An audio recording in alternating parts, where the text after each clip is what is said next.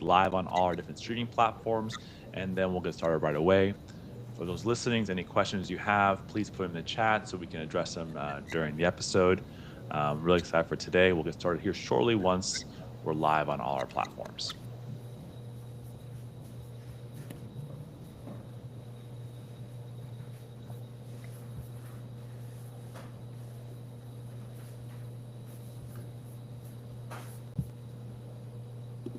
Great. Okay, so we're live. So let's get started today. Welcome back to Coach Connect. Here's where we explore the stories and strategies and insights from trailblazers who are transforming the world of coaching and well-being. What drives their success? What fuels their passion for helping others? We're here to uncover secrets and share them with you.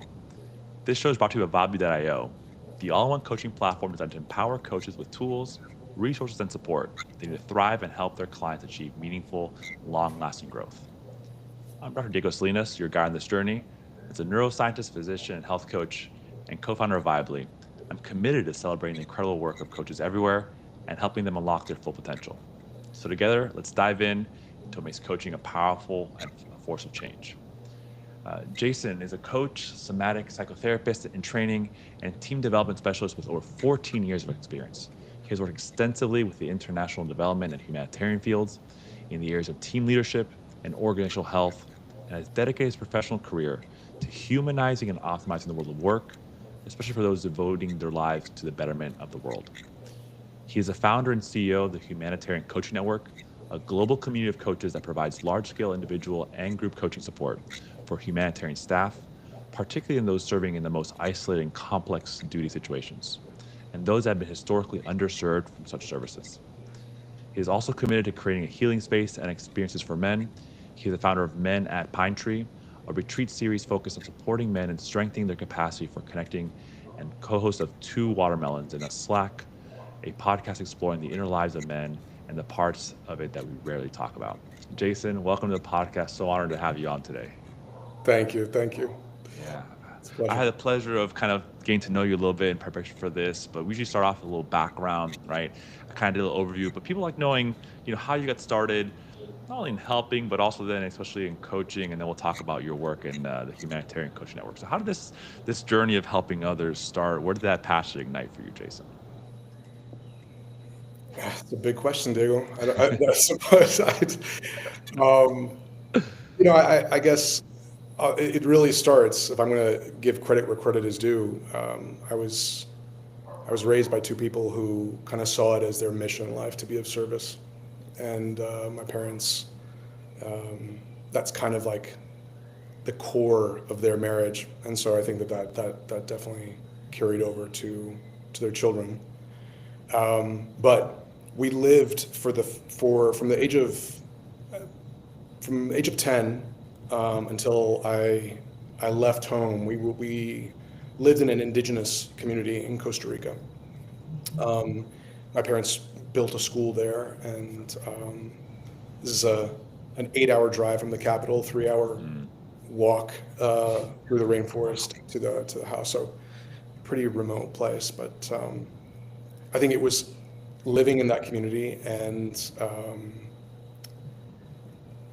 just seeing the needs that were not being met, like all the wealth of potential that just wasn't expressed. And it wasn't so much the relative poverty or lack of material resources that I think that really stood out to me. It was just that these incredible individuals that because of a lack of support um, uh, were not able to develop in the ways that they would want to, in ways that they wanted their kids to. So anyway, that's the seed.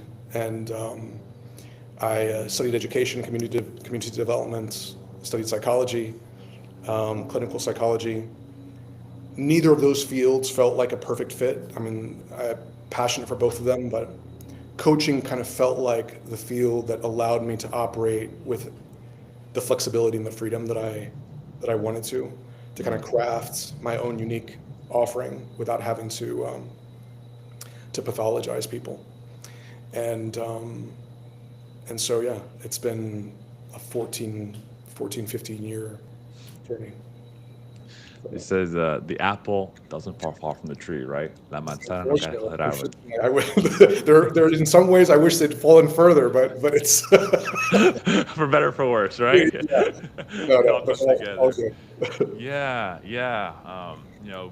Beautiful to see that. So it sounds like it wasn't just lack of resources. Like there's more support could be had. There could be something here that we can do, even with what we have here, and how can it help to make those connections. And I'm curious if you mind maybe going for a little bit. We had actually an episode about therapy and coaching, and you kind of touched on kind of what was different for you. But tell me, people often ask that question: therapy versus coaching. To me, they're both a beautiful part of this continuum of well-being.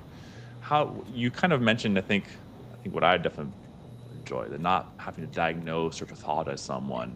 What are kind of things about, how would you also describe people who ask you, because you have a dual background, I'm sure you ask that question a lot. How do you address that question, or kind of how those roles are separate and how they may interact?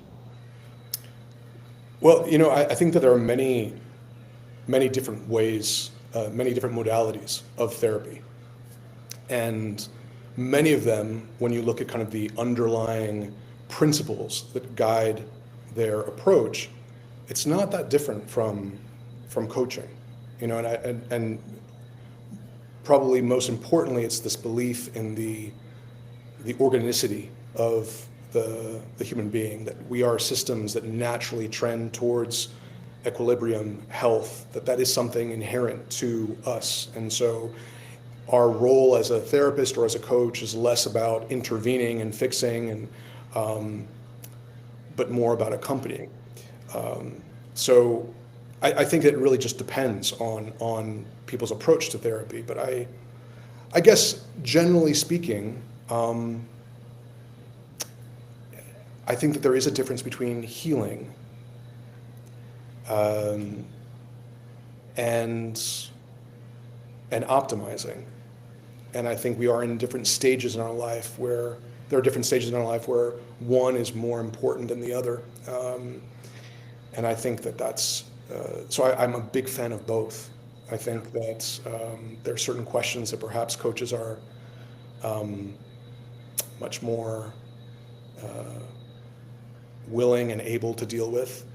And then there are other things where therapists are a good therapist is your best companion. I will say this.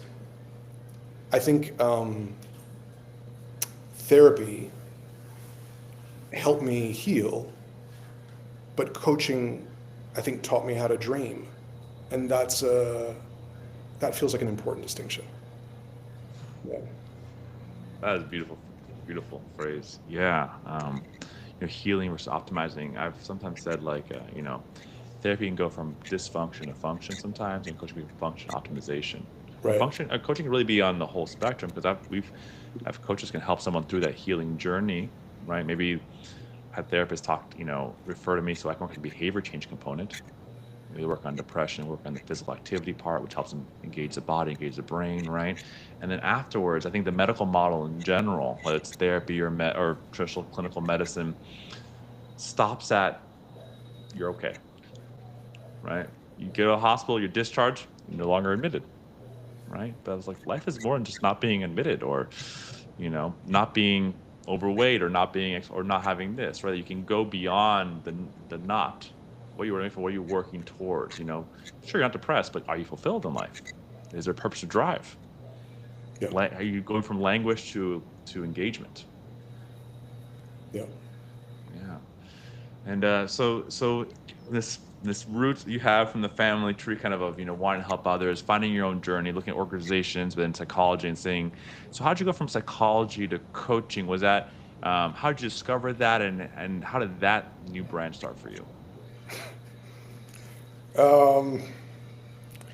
I was in New York, and I grew up as I mentioned, I grew up in Costa Rica.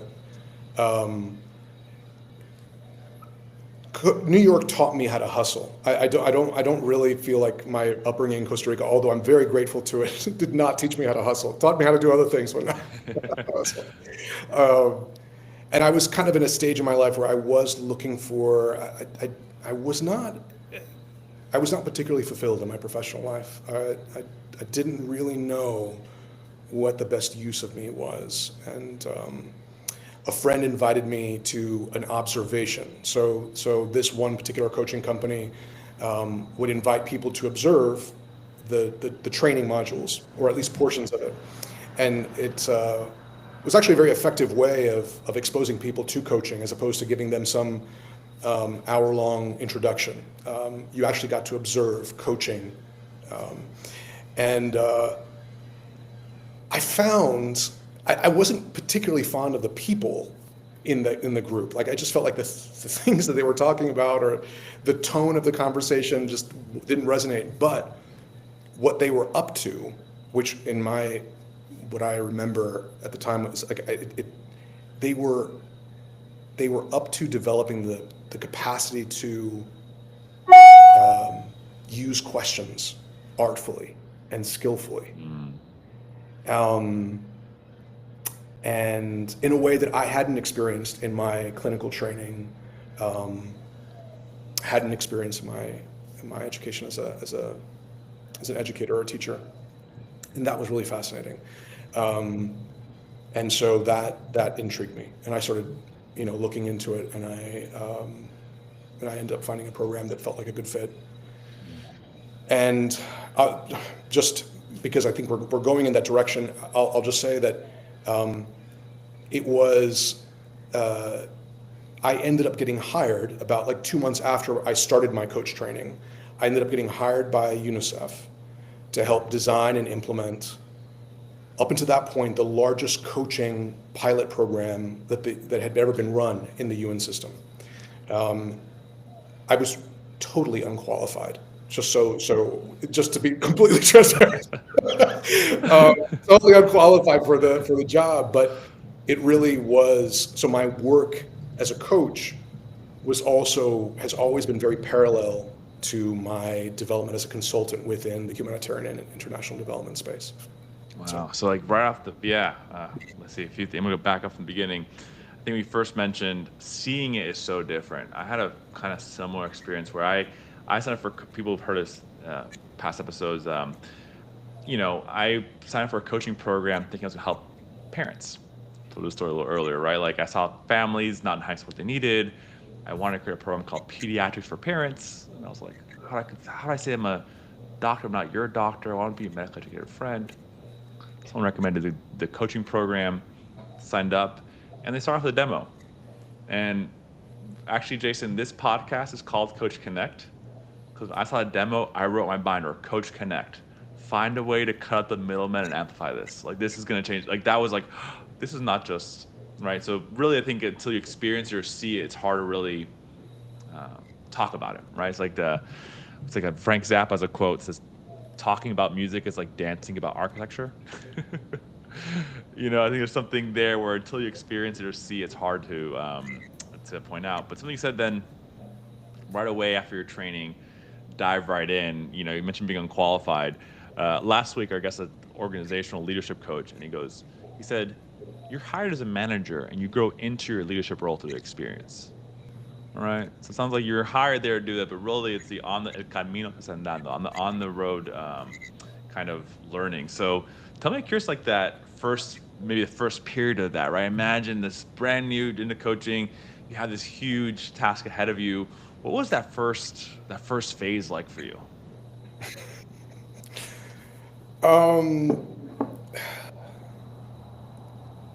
Well, I mean, first phase was a lot of questions like, why me? Like, why did you choose me of all the people that you could have chosen? There's a lot of self-doubt, don't get me wrong. But I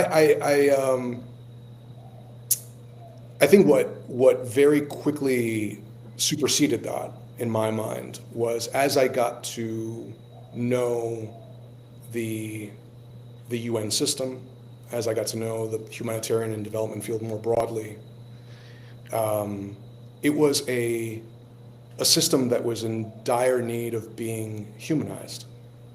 And we can get into why that is, but I definitely felt like people were expected to do a lot under very, very difficult circumstances with very little replenishing them or supporting them. And I think that there is this historical assumption about people who enter into that field that the work is kind of reward enough. Now, don't get me wrong, UN staff, particularly, permanent staff, they have good benefits, they have a decent salary, like it's not, they are being paid for the work, but I think that what isn't or hasn't been taken into account, at least not until relatively recently, is the incredible emotional and psychological toll that working in that environment takes. And very little was being done. There was some resources for crisis response, so people who had been traumatized or had terrible things happen to them, there were some resources for them. But very little in terms of proactive support, very little in terms of building resilience, very little in terms of supporting people in their development and growth, so that when crisis hit, they would be better equipped to deal with it. And I saw in my coaching community a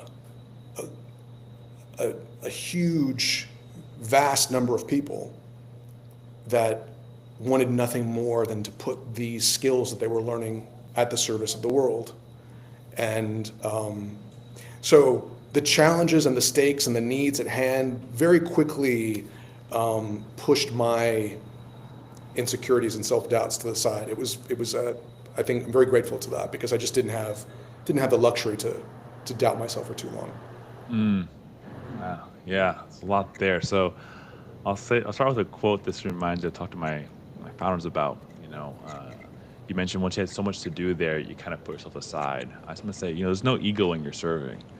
Right? It's not about you and how well you do this and this and kind of getting out of our head, right? And so it sounds like, there's like saying there's all this need here. Let me focus on that versus getting stuck on our internal ruminating thoughts, which happens to everyone. And you saw an ability, you mentioned prevents things, right? That's a saying, an ounce of prevention is a pound of medicine, right? And that if we can help someone avoid burnout, right? So they work on the resiliency ahead of time, right? Instead of trying to come back from burnout, right? If you can avoid breaking a leg, is much better than if you can fix a broken leg. We can do both, right? But seeing the need to build resiliency ahead of time, right? To have these practice sessions saying, wait, there's a community who works on not just healing, but on optimizing, on strengthening before healing needs to take place, to maybe minimize the amount of time we need to be healed. I always say resiliency, I'm curious for definition. To me, it's learning how to fall less often and get up more quickly. You're still going to fall. It's part of it, part of life, right? But like minimizing that and having a plan and get back up. And I mean, I also want to comment on your mentioning of people who do professions of caring and giving. This notion that is a reward enough. And everyone who goes into any kind of helping field, of course, there's so much internal good feelings for us to do this. And we are a whole system, as you mentioned, right? This whole idea of you can't give from an empty cup. And sometimes because of our drive to want to give, and we see so much need or things we can do in front of us, and maybe sometimes limited resources, we'll push further. And that can be beautiful in short bursts, right? But sometimes it's not sustainable. It's a problem, right? Right. If we can't take care of ourselves, and I'll be honest, it took me many years to realize that in medicine. Self-care isn't selfish. If I can't take care of myself, how can I be of service for someone else? And that's a big shift change for those who go into this way. I think regardless of its therapy, coaching, physician, nursing, pharmacists, how to help the individuals, help those who serve others. Yeah. And so then it sounds like you were using the coaching to support, it wasn't the people who are doing the boots on the ground kind of work, those who are supporting others, right? So they can do their best work, or does it also work for coaching those in those areas where the UN is serving, or is it a little bit of both, or one more than the other? Yeah, I Diego, just one aside, and I apologize to our listeners. My battery is about to die, and I haven't realized it. So let me just plug in, and I'll Yeah, go for it. Yeah, no problem. I would say live episodes. That's kind of the fun thing about it, right? We got to roll with it and be spontaneous. Yeah. In the meantime, for those people who are listening live too, if you want to ask any questions, you can throw in the chat, or any ideas or suggestions. We really always hope these episodes are a way to inspire, create new ideas, and bring people together. That Great. was a Hey, prevention, right? that Preventative was battery. great. Yeah, sorry about that. No, yeah. I mean, I think that the work of the UN and just the field more broadly, I talk a lot about the UN because that is the system that I worked in for many years, but it takes many different forms. So there are people who are on the ground and who are very much kind of in the center of the relief efforts, and then a lot of work takes place through partners at the grassroots level. And so, but it's what I do find is that something that affects people certainly more so in the field, but to some degree also at headquarters in places like New York or Geneva, is that every situation feels like an emergency.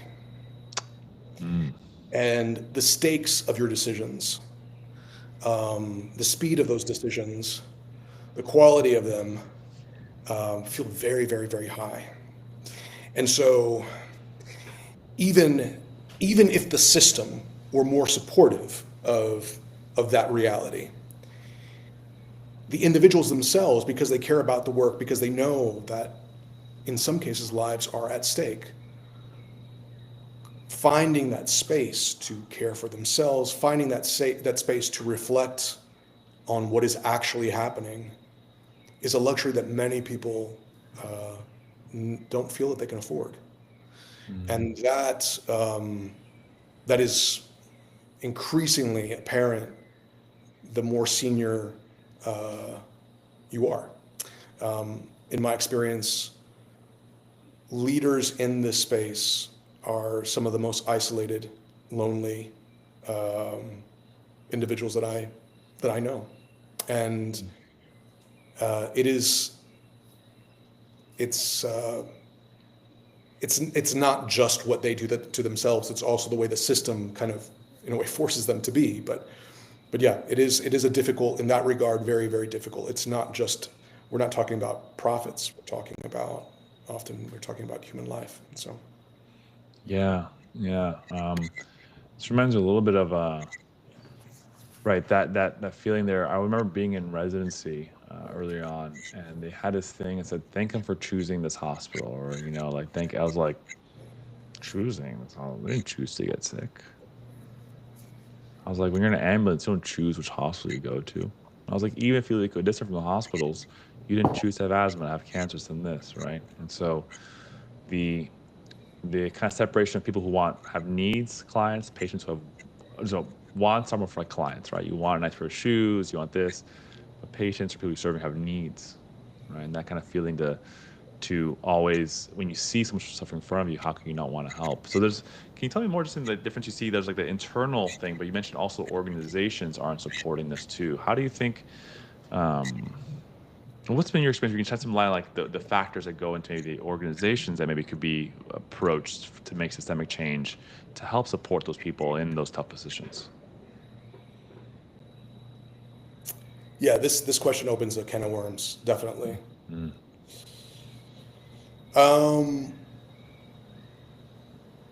So this is what I'll say. Dr. Richard Hackman and Dr. Ruth Wagman were researchers out of Harvard, and their research on the conditions for team effectiveness is probably the largest body of research on this topic in this field. And their work has largely influenced my approach to working with teams and working with leaders.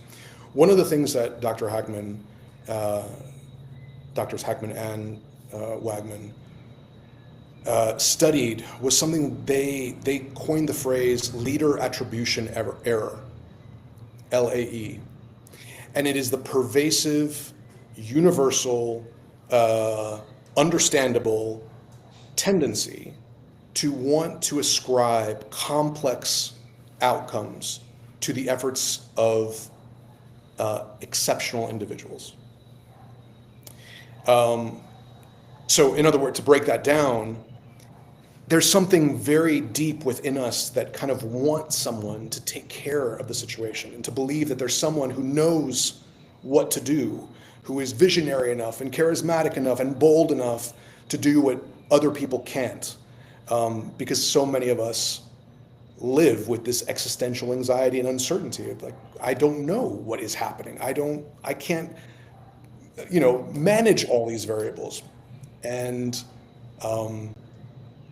so it's much simpler to put our trust in somebody who we think is, or who we're told is capable of that, than to actually engage in the creative, difficult, painful process of searching for solutions. And the problem with this is that it's inaccurate. Complex problems are not solved by brilliant individuals. They are solved by many individuals, and they are solved with more than individuals or groups of individuals. They are solved by groups of people working collaboratively in a very, very systematic and intentional way. That is the reality, but it's not the narrative. Mm-hmm. The narrative is it's this leader who made it all happen. It's this individual, it's this prophet, it's this, it's all. Yeah. And so the whole leader savior, hero savior model is really baked into our psyche. And leaders, any self-aware leader knows the incredible constraints that they have on them to affect change in a system. It's and they understand that the expectations that are placed on them, when they look at their job description, they're like, there's no way I am capable of doing this. Like, this cannot be my account. Like I think that people are very aware of that, but because they operate in systems where they are accountable for these things, often what they do is they just try to believe it, and they try to operate as if they were that guy, right, or that person. And of course, this is also this is very much a part of the legacy of our conventional ideas of masculinity as well. So this is so all this to say is that leaders are often in a bit of a difficult situation, a bit of a bind, because on one hand, they are expected to be this superhuman, otherworldly person, and they simply aren't.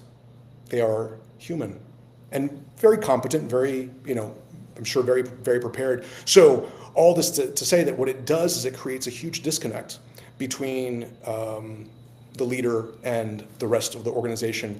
And leaders who buy into the myth often end up being very disconnected from the people that they're trying to serve. They often do not feel like they have the space to, with vulnerability and humility, acknowledge where they fall short. And it comes down, the system, most systems, certainly not the systems that I work in,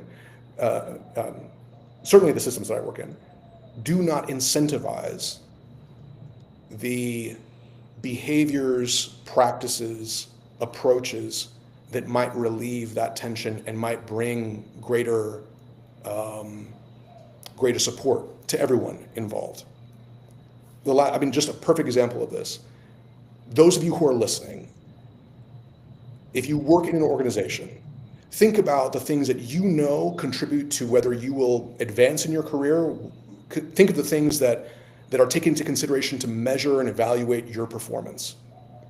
And ask yourself, how much of that actually depends on how good of a collaborator you are? And my guess is that most of you will admit that doesn't feature very prominently. What you are rewarded for is being relentless in your pursuit of results, and being a brilliant individual performer, and doing anything really that you need to do to get the job done. Which is why we find a lot of the most relentless,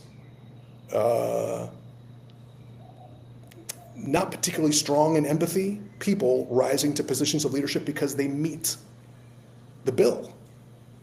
Right? It's just like, Yes. so this is a bigger issue, and it is why, and I'll just end with this, I think the whole leadership development field is based on a false premise.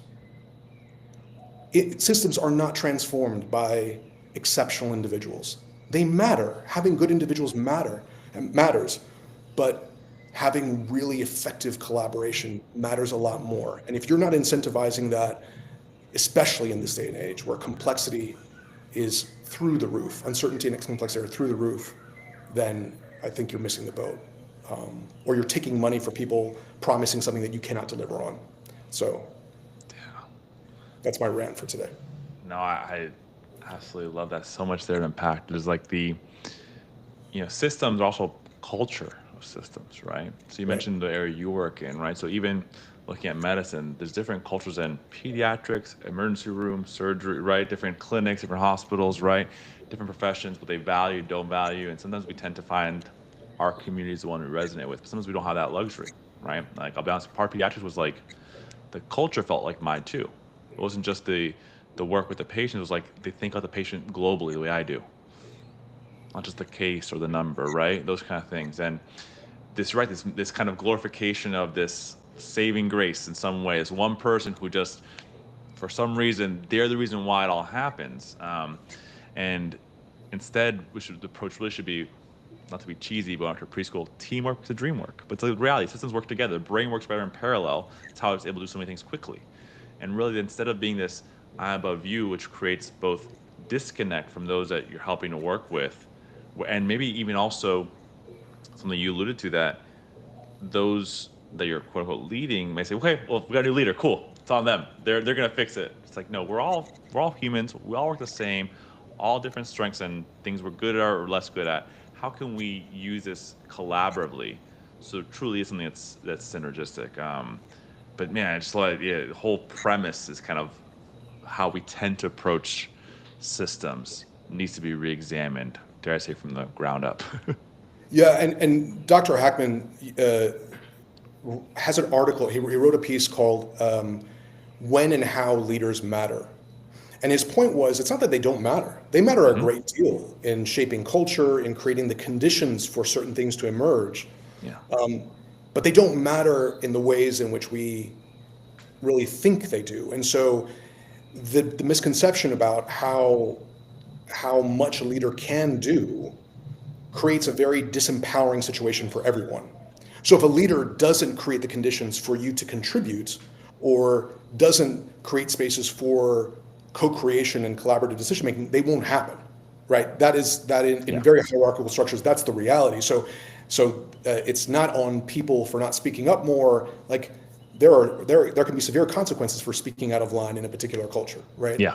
So leaders do matter, but they matter more as enablers of effective collaboration than they do for anything else. At least that's my view. Yeah. And the catalyst, right? The enablers of collaboration, right? They allow, because you're right to the point. There's been many cases of this, unfortunately, where like in operating suites where someone knew, the whole team knew someone has allergy to latex, but the leader of a team doesn't create a culture of collaboration, and no one says anything despite knowing there's going to be a bad consequence, right? So if you don't have that, having openness is necessary, not sufficient. You still need to have then people actually collaborate together, feel that. And you're right, most cultures don't celebrate vulnerability. I'll be honest, even me trying to be kind of pediatrics and coaching, open-mindedness, as a, with the startup now, it's like, admitting my own vulnerability is tough, even though I talk all day long, right? How it's so ingrained to like what you're good at, and your vulnerability is like, that's the dirty secret that you struggle with X, Y, and Z, and how do you excuse it? How do you gloss over it versus saying, This is what I bring to the table. This is what I need help on the table.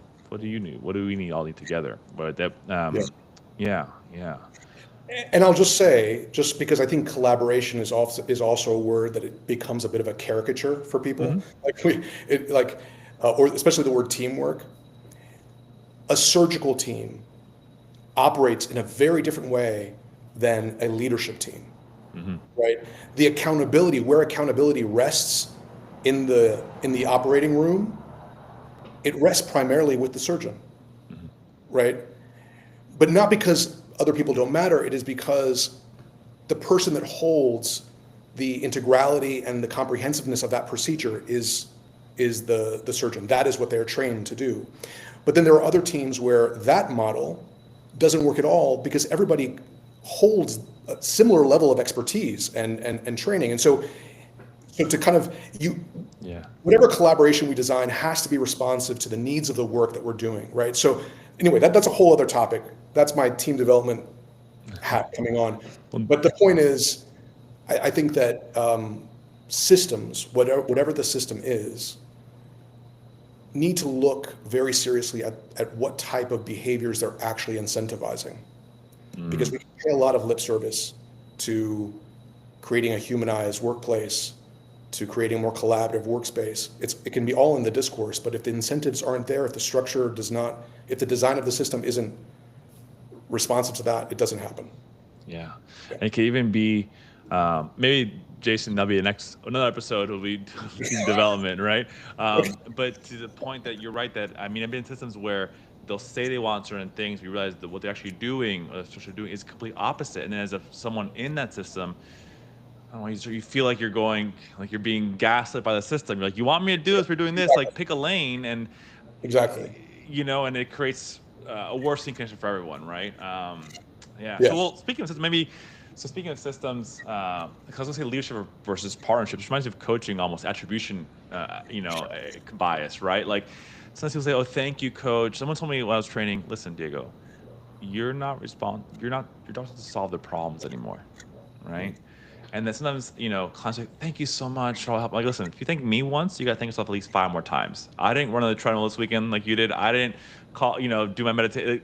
You did the work, actually. I'm not leading you. We're this partnership that it's not uh, and at the same time, as a provider, for all providers listening, when someone's going through a hard time, it's not your fault either. You can't take credit for success, but neither for all their failures either. You're here to support someone on their unique journey, and you can't do that without the two-way street of equal collaboration and partnership. You said something earlier, Diego, which relates to this, and you, I think ego is always a part of the work. It's always present, and that's why therapy is really helpful because this help us understand, the ways in which we are very attached to seeing ourselves in a certain way, um, and so yeah, if we're doing the inner work, if we as coaches are doing the inner work that is needed, hopefully it reflects in the work that we're doing. And when people achieve something, they do thank themselves. They do say, "Man, I did that." Um, but I think that there are, in many subtle ways, we as coaches can create dependency, just like any other situation, and that's I think a big part of us. It's a big part of that's a big difference between good coaching and not so great coaching. Yeah. Yeah, you're trying to foster autonomy. It's almost like a friend has a Persian saying. It's for parenting, but maybe we'll borrow some of this ideas here. It says, as parents, you give your kids two things: you give them roots, and then you give them wings, right? And My, it's my dad is Persian, and that sounds like something a Persian parent would say. don't ask me to say how to say it in in the Yeah, yeah. language, but They might also say, and I get to decide how big your wings are. culture has a lot of influence there, Yeah, right? So yeah, yeah. But you're right. Is that for coaching, in a sense, we're trying to. I say sometimes the hard part is we're working ourselves out of a job. We want to create independence and autonomy and support when it's needed, but the support is that the analogy I use is my goal is to make you mechanic of your own brain. Like I can't fix all this thing for you, your own being, your own system. How do you understand your system better? So you see, because only you see your barometers, only you feel. I can see if there's smoke coming from the the trunk or the lid, right, or the engine. Only you know if it's rattling a little bit or how it actually feels, right? So the goal is you're not to. I learn about people as a side effect in a certain sense, right? As like it's a byproduct. That's not the goal. And how could I ever know someone more than themselves if I only spend an hour with them a week? There's so much more to life there. I'm wondering too on this, Jason, to talk about, you mentioned systems and changing, with the work you're doing. So want to get back to that because we talked about the start of it. What are the things that from this conversation, applying some of this framework that you saw, in these 14 years you've been doing this, things that you use, how the system you've created has grown or changed, or how you've adapted to putting these things into practice? Very, very humbly. I mean, so I mean, I guess you're referencing the Humanitarian Coaching Network. So the Humanitarian Coaching Network is something that started in 2012. I was a consultant working with a number of different organizations in the humanitarian and development field, and I was appalled at the lack of support that was being provided to staff who were, particularly those who were most vulnerable. And at that time, coaching was really viewed as something to reward senior leaders with, and something to give people who were labeled as underperformers. But there was it had not been, access to coaching was not democratized. It was not available to everyone. And part of the initiative that UNICEF hired me to contribute to was about changing the culture around coaching, and the culture around performance management. We were not successful at changing the culture of performance management. I'll tell you right, we were not successful at that. But I think that as a result of that initiative, and it lasted 2.5 years, the relationship to coaching, the use of it, has changed dramatically. And so the HCN was created as what I call an auxiliary mechanism. We are not a company per se. We exist to help organizations take whatever scarce resources they have for staff well-being and staff development and amplify those so that they can reach as many people, a critical mass of people, that they otherwise wouldn't be able to afford. And so I've recruited over the years. And to even say that's not even fair, because I think a lot of the coaches have done more recruiting than I have. But teamwork. We've created a network of, on paper, over 950 coaches worldwide. Currently, there are 606 active. I checked this morning, and each of these coaches offers at least 4 hours of coaching pro bono to members of these organizations that we partner with. And really what it is, it allows these organizations to scale their ability to support staff. And the staff that we support, we make it very clear, we will provide coaching to anyone. And for each organization, we provide anywhere between 50 to 400 coaching engagements a year. But our priority are the populations within these organizations that historically have never had access to coaching. So we don't want to become the provider for your leadership development program. We want to be the organization that provides coaching to the people that without us wouldn't get it. Yeah. And so that we're working at scale, and scale is important and systems change, but I also want to be very clear that I don't really consider what we do as of yet a systems intervention. It could be an ingredient in it, but really we're just filling a gap. It's not so much about optimizing. It's just making sure that organizations are better equipped to do the bare minimum, in my opinion. So that's what we're up to. Yeah, well, it's kind of help the widen the pipeline in a way, right? Like we talked before, we both of us how want to help widen the pipeline, get more access to these things on both sides, from the clients they serve and the coaches as well, right? That you're not trying to while coaching is not to optimize, there's so many people in this field that could be helped or supported who weren't ever considered, wasn't possible, and now creating, like I said, auxiliary system that adds on to that, to empowers them really to continue doing their systemic work. Right, you're not replacing their system. You're empowering those individuals to better themselves, more resilient, more effective. Take care of themselves, whatever those things are, so that now they can go on and continue doing within their organizations or their communities that work that they're desiring to do. Yeah, yeah, and I think that it's also, I'll say that the HCN in its initial conception wasn't just intended to be of service to the organizations that we partner with. It was also, from the very beginning, intended to be of service to the coaching community. And part of it was the recognition that most of the coaches, well, the reality is that most coaches coach people who are exactly like them. And while their desire to be of service to a much bigger world is certainly there, their opportunities to do so are extremely limited, or at least that's the way that a lot of people felt, a lot of my fellow participants. And so creating this opportunity was a way for coaches to be exposed to a much more diverse, much more complex, much bigger reality. And in doing so, really help stimulate a desire to develop a world-embracing vision for their work.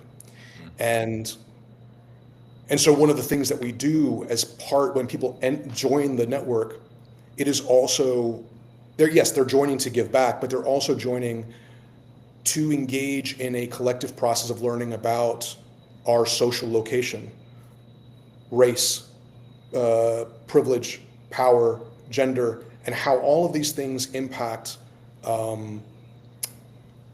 the conditions of life for people in the world. And so we wanted to create a community that was committed to that learning process as well, because if not, the value of coaching is only extended to people who are similar means, socioeconomic status, cultural background than us. And most coaches are white. They are white American, white European. It's changing, obviously, and we are really lucky to have an incredibly diverse roster. But we make it very clear that because of this reality, because of the relative cultural homogeneity in the coaching field, it's our responsibility to get to really understand, to consider this dimension of social and cultural location and how it impacts the coaching work. So that's another side of it. Jason, I'm glad you brought that up, because that was going to be my next kind of question leading to this, because in our talks when we mentioned this earlier, that really kind of opened my eyes up, because in medicine I was seeing, if you're working at a tertiary care center, community place, you get to see the wide range of every kind of person, every background, socioeconomic status, religion, creed, gender orientation, and the term cultural humility, right, versus competency, right? That you really are adapting to see this wide range of how those things really impact health and well-being also. And then went to coaching, and it's always like niche down, niche down, niche down, and it's mostly, what's your personal story? Oh, that inspired me to do this thing, so I want to help people just like me, and it makes sense, right? It drives us to help. We have this empathy and compassion, but when you mentioned it to me, it really opened my eyes of how in the coaching profession is so narrowed down that way because of so many factors and marketing, et cetera. But like we don't train this wide range, right? It's like always, but be the category of things we talk about, but more importantly, people we serve where they're at, right? And so, um, and I think that limits both sides, who we're serving, but also how we're growing as professionals, right? And to your point about the coaching avatar, I've said before, I don't want coaching to be just by privilege for privilege, right? It takes a while to train for these things, and then there's the cost there. So how do we widen the pipeline so there's more access and awareness to these things on all levels? Yeah, And yeah, that I think is something that I think coaching education. I've been focusing so hard on, neuroscience and plasticity, but we're not talking about entry level coaches how to create environments where they can go beyond themselves, learn more, and be more accessible, and more confident in serving those people as well. yeah, and this is very important. I think that it's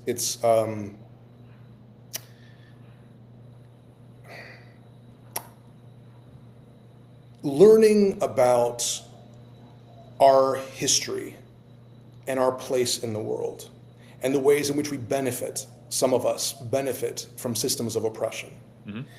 is not just to be able to help other people better.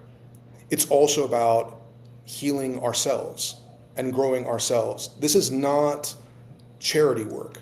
And that is not the way that I see it, and it's not the way that we talk about it in the roster. Um, and so, uh, yeah, I think that's an important piece in this. It's also you were it's escaping my mind, but you mentioned something else. Um, well, anyway, yeah, I forgot the other point that I wanted to make, but I think that it is about engaging in a process that humanizes us beyond our ability to be of better service to others, which also naturally happens. Um, but I think that when we, as coaches, a big part of our skill is about creating an environment where people feel safe enough to bring as much of themselves to that work as possible.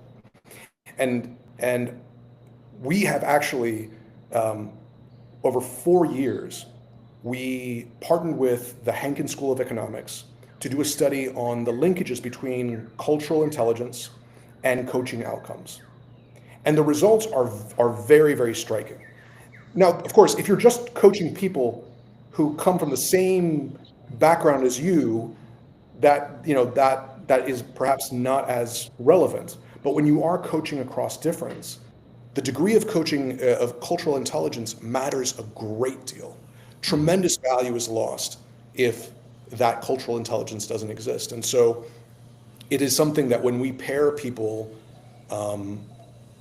through the HCN, when we pair coaches and clients, it's a huge factor that we take into consideration to ensure that the, the chances or the likelihood of the client feeling supported and feeling safe and feeling seen um, in all of their various identities um, is is uh, is high. So anyway, much Yeah, more. no, it's super important, right? To create a space of that space of openness, right? We're actually somebody who's really vulnerable.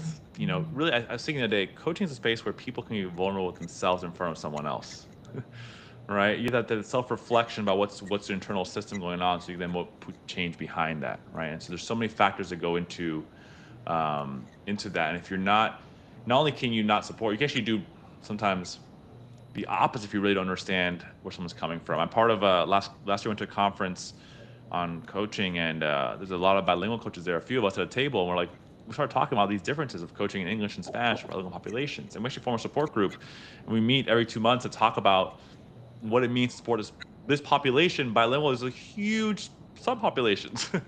What part of South America are you from? Are you first generation, first and a half, second? Right? That it's not. It's beyond vast, and we can't talk about helping someone out without this important piece there. Jason, so you want to say something? There's also a question from the audience I want to get to in a second Yeah, here. But go yeah. ahead. So I just wanted to say that the thing that stood out to me when I first started my looking for a coach training program was I could not find a coach training program that incorporated this area of cultural intelligence into its curriculum. In fact, I was told that coaching was a universal skill set without cultural bias. And I mean, it's just simply not true. It is simply not true. Life is cultural bias. So everything is cultural bias. Yeah, Like, it's very, and so I think that it is, I'm seeing it more and more, but I think that as coaches, it's really important for us to acknowledge that that has not been a part of our training for the most part. And so it is on us to seek that out, even if the programs that trained us and certified us didn't really value it or acknowledge it as something that was integral or just as integral as anything else. So anyway, that's just that's a great point. No, actually, because last year I worked with the National Board of Health and Wellness Coaches as a subject matter expert. So they had a committee to update the blueprint, which is, and we have an episode about this with Sharice O'Neill, if everyone's interested in learning more. We're both on this committee. And so basically, the blueprint is what's responsible for not only the exam writing, but the program accreditation. They have to cover these topics. They had one in 2017 and hadn't been updated since then. So last year they did a big update. So they did a lot of surveys from the community of coaches around the whole country, even internationally, had experts also come in as well and put it all together.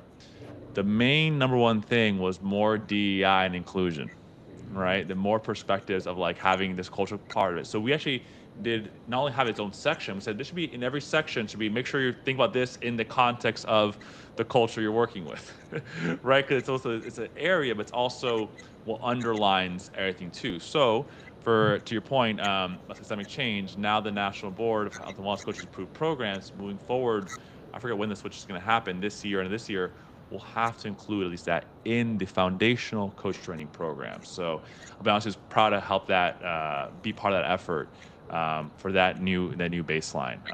Thank you for calling that out. It's not a side. I think it's part of that foundation. So there's a few questions from the audience I want to address to.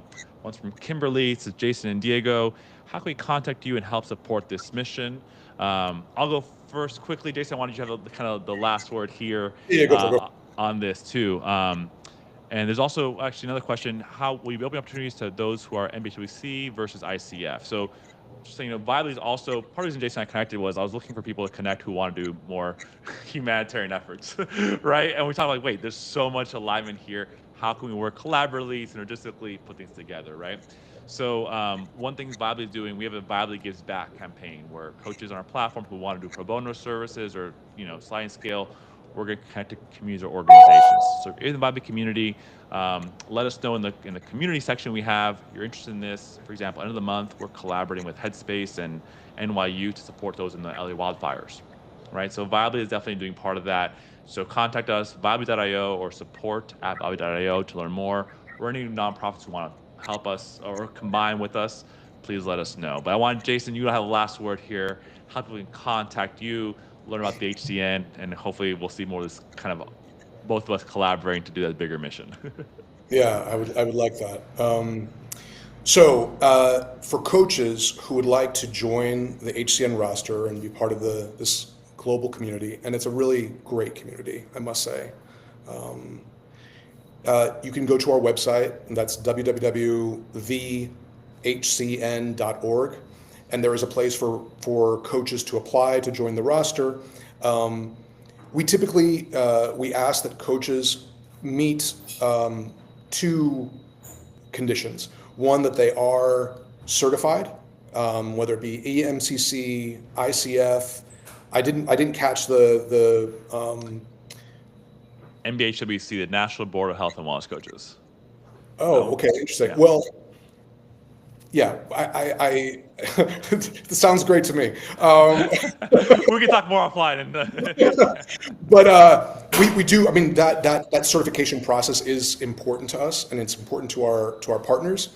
Where we do make an exception for that is that there are a lot of coaches that, I mean, all of our clients are operating in some degree in the social impact, humanitarian and development space.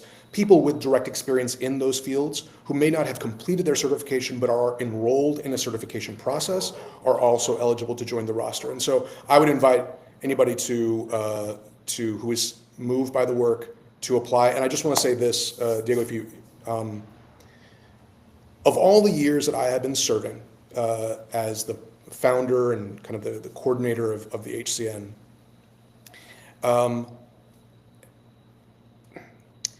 the work that we're providing now to the organizations that we are providing now is truly the greatest honor for me, because we are now really operating in times of incredible uncertainty and scarcity. And in a way, we're kind of built for this. We're built to make a little go a long way, or make something from nothing. That's kind of what we do. And so, for example, chief among these honors is being able to provide coaching to organizations like UNRWA, the UN Relief and Works Agency for Palestinian Refugees at this time. These are the staff members who have been devoting their lives to support the lives of Palestinians in the West Bank, in Gaza. And there are many other organizations like that whose very existence right now is in the balance, and who have, in spite of that, continued to do the work at great personal expense and with tremendous uncertainty. To be able to support organizations like this is why we exist. And so it is it's a great time to be involved, and we're going to keep on doing this for as long as we can. But so I welcome people who want to be a part of it to jump in. I love that, Jason. I think the similar shared background experience of like, we validly support all coaches who are certified, but also help student coaches kind of get there all the way there too, right? So I want to say thank everyone, for the guests who are listening today live, for the questions. Jason, tremendous thank you to you, not only for being our guest, but all the work you've done in the past and what you're ready to do in the future in certain times. Honestly, as you know, genuinely looking forward to see how we can all help out, because that's shared value. How can we work together, bring our friends together to make the world a better place, right? And on part of that mission, Viably's goal is also always lower barriers, make things more accessible. Any coach or person who wants to help out, who's curious about starting or serving us their own practice, go to Viably.io, and we have a special discount code for our listeners, Salinas20. It's my last name, Salinas 20. We'll get extra 20% off the first 3 months of service after your first 30 days. Get started. We'll support you. We can all do this together. Let's be David throwing those rocks and defeat the Goliath. So, Jason, thank you so much. Thank you to our listeners, and we'll see you all next week for a special one-off episode. Take care, everyone. Oh, stop. There we go. All right. Let me hit the live. Make sure I'm off of here also.